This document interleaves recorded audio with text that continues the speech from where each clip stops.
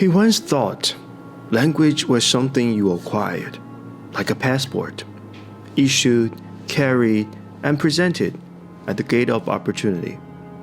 But it was not like that. No border guard waited with a stamp, and no gate opened on command. It was more like digging, slow, repetitive, intimate, and the earth gave nothing unless you bled for it.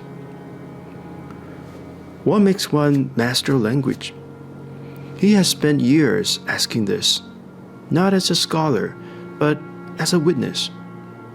To others, learning, to himself, failing. He has come to believe there are 4 powers, each as necessary as it is insufficient. Without them, the process is hollow. With them, it becomes something close to transformation. They are not the steps, they are forces, and they do not ask for permission. The first power does not announce itself. It arrives like the thinnest crack in the surface of certainty. In a classroom once, he saw it happen. A boy, bright, sudden, raised his hand and asked if English had a soul. The teacher, taken aback, said that English was a tool, useful, global, pragmatic, like a Swiss Army knife. The boy frowned, then stopped participating. 3 weeks later, he dropped the course. A tool is something you use, but a language becomes something you dwell inside. Without belief that the language is worth more than its prize in exams or promotions, no real change occurs. One must believe that words are not dead on the page. One must suspect or even pretend that there is a kind of hidden music in the grammar, something old and waiting. Belief is not optimism. It is commitment. It is choosing to keep speaking when your accent embarrasses you, even when your thoughts arrive 10 seconds too late. It is the quiet, daily insistence. I am not a guest here.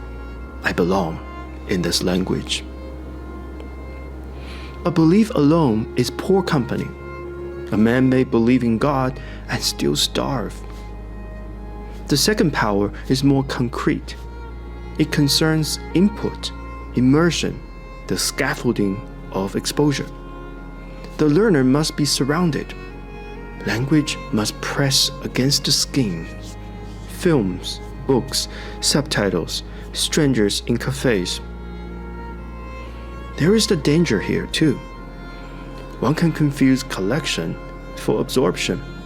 One may hoard vocabulary lists, download nonfiction English PDFs, subscribe to podcasts, and never listen to them.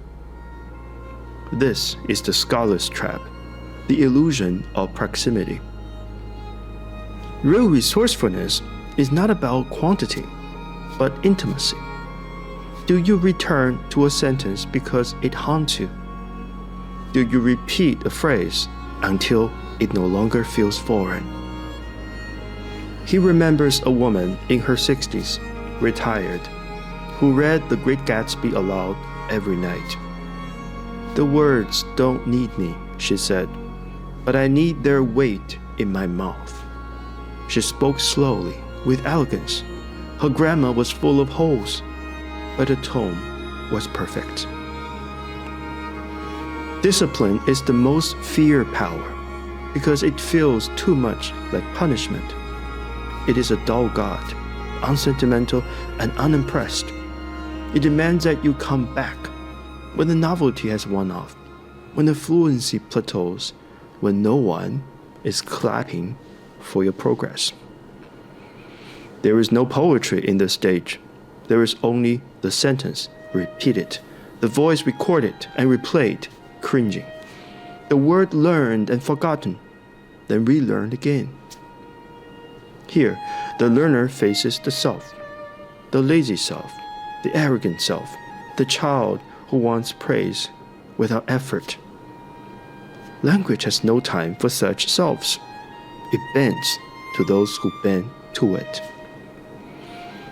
He once met a man who wrote one English paragraph each morning before breakfast. He did it for 17 years. His writing was simple, yet precise. When asked why, he shrugged. Discipline is the only power that does not lie, he said. Then comes the fourth power, the most unpredictable, the social. Language, after all, is not meant to be hoarded. It is relational. You must use it with others. And here, the learner becomes most vulnerable, not to failure, but to judgment. You can write in private.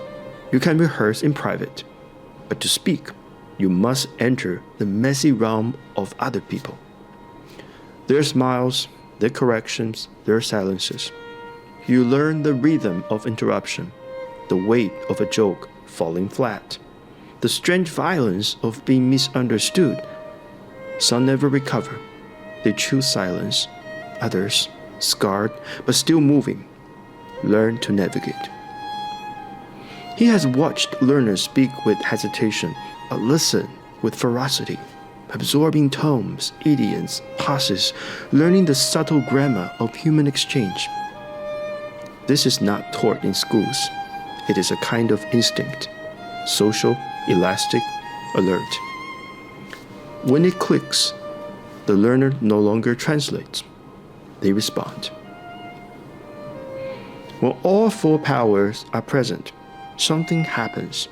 Not suddenly, not loudly, but the learner changes. It is not just that they speak English, it is that they think with different pauses.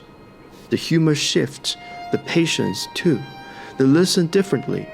They ask questions in new shapes. Something has rearranged itself. But this is not guaranteed. Any missing power creates distortion. Without belief, the learner becomes cynical. Without exposure, they become stiff. Without discipline, they stay shallow. Without social connection, they become grammatically perfect and emotionally mute. To learn language fully is to be remade, not into someone else, but into a fuller version of oneself. A self that can speak twice, dream twice, be wounded in two languages and healed in both. This is the cost. This is the power. He believes it is worth it.